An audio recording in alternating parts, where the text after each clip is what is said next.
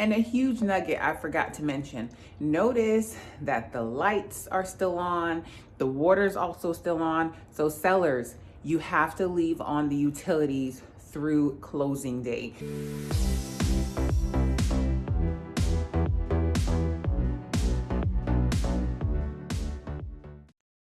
Hi, it's Natasha with SoldByNat.com, associate broker with Virtual Properties Realty. I service Gwinnett County and the surrounding areas. On this channel, I bring you weekly videos about moving to Georgia, life in Gwinnett, as well as a variety of videos for sellers, buyers, future and current, and also some content for realtors. So if you like those kinds of topics, please go ahead and hit the subscribe button. Today's video is for sellers, whether you're on the market or you're thinking about selling your home. I'm actually in one of my listings in Buckhead, Georgia, and it's now under contract. I actually sold the seller this townhome, and a couple of months ago, he contacted me letting me know he was ready to sell. He and his fiance were ready to relocate to another state, and they were also over the townhome and city life, and they were moving to the burbs. We had our first meeting via Zoom. I am so grateful for platforms like Zoom. And then the second meeting, I actually came to bring the lockbox and the sign. Then the third visit, my photographer came out and took pictures and video. So if you haven't seen it already, I do have a video posted here of when the home was first listed and the photographer took the video. It looks different than how it looks now. And I'm gonna talk about why, so just keep watching. Before the property gets destaged, I wanted to come here and make this video. So selling this home did not go as quickly or as smoothly as I expected. So let's keep it real.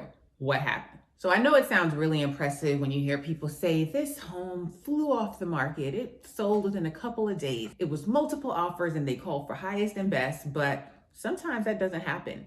Even in a market like we're in now, where that is very commonplace. It doesn't happen to every home all of the time. So for one, this is a townhome and it is in the city. I'm seeing more of the homes that are really flying off the shelf are single family detached homes, like in the metro Atlanta area. And a huge reason I think we've seen an increase in that is because of COVID. Because of COVID, people have realized, listen, we need more space.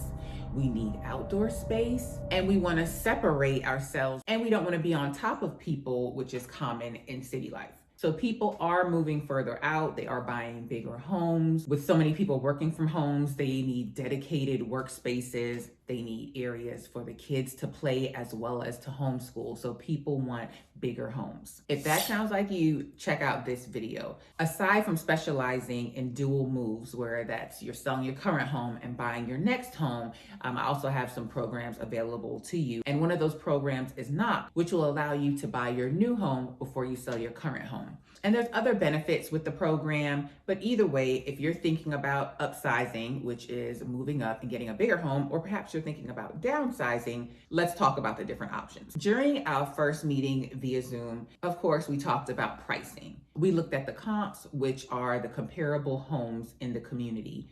In this case, we had sufficient data because there had been recent sales. Nugget, if there weren't comps to use within the community, then we would have looked outside the community. I also have access to third-party home values. And when I say third party, I'm not talking about your Zillows. And these are databases and systems that only realtors have access to. Well, at least some realtors have access to them. When it comes to Zillow, I know that's the first place you guys look on Zillow. Just know there is a disclaimer at the bottom that says, basically, it's a guesstimate. A zestimate is a guesstimate. They do not take into consideration the interior of your home and other factors that they just couldn't pull from a report. So please do not get stuck on what it says as your zestimate. I've seen cases where it's lower and it's higher. If you have a really unique property and your agent isn't finding comps within the subdivision or when they look outside of the subdivision, then you could do a pre-listing appraisal. So that's pretty much where you're gonna have an appraiser come out and determine the value of your home. Keep in mind that there's no one exact science to appraisals. You could send 5 different appraisers out there and you're gonna get 5 different values. They should be within the same range, but I just want you to understand that it's not an exact science and all of them are not gonna come up with the same exact numbers. There are 3 things that sell a home: the price, the location, and how well it shows. In that, you have the marketing, the staging, making sure people that are looking for a home to buy can find your home. Nugget, did you know that in Georgia, we have 2 MLS systems? Some agents only list in one. So when you're interviewing agents, you want to ask that question: what MLS systems will my home be listed in? And they are FMLS, the first multiple listing service, and GAMLS, or GMLS, for Georgia Multiple Listing Service. You want to make sure it's going to be listed in both, because when agents are sending their clients, their buyers, properties, they may send them properties out of FMLS, but if your home isn't listed in FMLS, then they won't see it, and vice versa. The home is priced well, location, it is what it is, and the home shows well, and all the marketing is done. What's next? A rule of thumb I was taught early on, and I believe it's from NAR, the National Association of Realtors. If 10 days go by with no showings, or you get 10 showings and no offers, you need to look at the price. Nugget, I would adjust for higher price points and different markets. So if you're in a seller's market or a buyer's market. And when I say adjust, maybe you give 3 weeks instead of 2. Now in this case, we had a good amount of showings, and we also had some open houses. If you haven't done so already, check out this video where I talk about open houses. Hit the subscribe button so you don't miss it. Now from those showings, we were still waiting on an offer. Nugget, one really important thing that you want to do is listen to feedback. So I was requesting and reviewing the feedback with the seller. As far as feedback goes, just know that 90% of agents normally don't just voluntarily fill out the feedback forms. So I go ahead and I'll call, email, and text them asking them to give us some feedback. And most of the time I'll get it. So based on the feedback we were getting and new homes in the community that went on the market since we had been listed, we decided to go ahead and reduce the price or do a price improvement. Then something key happened. The seller actually went ahead and relocated, so he moved out and took everything with him. So the property was vacant. No big deal, right? Okay. Not necessarily. It wasn't a big deal because I still had the pictures and I had video. So I thought. Immediately, we noticed a change in the feedback that we were getting. It was no longer about updates needing to be done or pricing. It was now that the space felt small and it feels tight. And that's because there was no furniture in the space. I know it sounds like a minimal thing, but it's huge when it comes to buyers coming in and really trying to envision themselves living in the house. So I got the bright idea to go and print out the pictures that they would see online and put them up in the house so they would be reminded when they were in the house. Yeah, that didn't work. So after some more time went by and the feedback was consistent, I suggested to the seller that he have the home staged. And I'm definitely gonna include footage of what the home looked like after staging. And I am so grateful that my seller was open to the idea and that he executed on it immediately. Because guys, we were under contract 10 days later. Mind you, we were going on 3 months on the market. And after only 10 days of the home being staged, we were under contract. So does home staging work? It definitely does. For more on home staging, check out these videos. Now, home staging is a service that I provide personally as part of my marketing. However, we're talking about like artwork and accessories. For this, we needed a full-out home staging, so I called in the big guns. Greg Lewis Interiors. Before I let you see the beautiful staging, here's a few more nuggets. Remember, I said the seller relocated, and they relocated to buy a new home. So his ideal plan was to sell this first so that he can close and then buy the other one. When things didn't turn out exactly as we planned, he had to go to plan B. While we were on the market, he did try submitting offers, and those sellers were reluctant to accept his offer without this one being under contract. So with this home still being in the market, that's called a contingent offer. So the offer that he was making on the new home was contingent upon this home selling. Sellers are often reluctant to accept those kinds of offers when the home isn't even under contract yet. So they at least want to see that it's under contract, even better when it's past the inspection period. Then he went to plan B. He was actually able to get under contract on a new home without it being contingent upon this one selling. And he was able to do that using a mortgage term called recasting. I'll put in the proper definition, but essentially he went ahead, closed on his new home.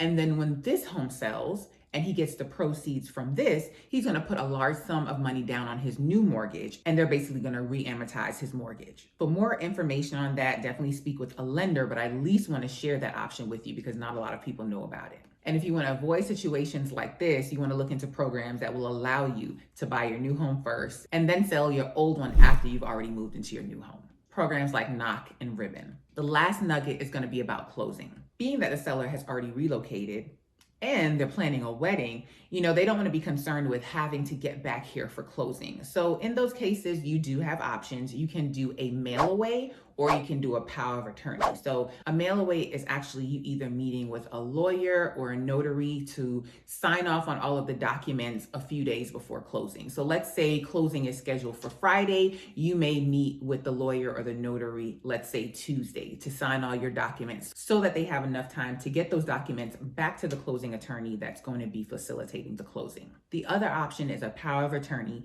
and that is where you assign someone the authorization to sign on your behalf. So if you have already relocated on, there are options so you don't have to come back in town for closing.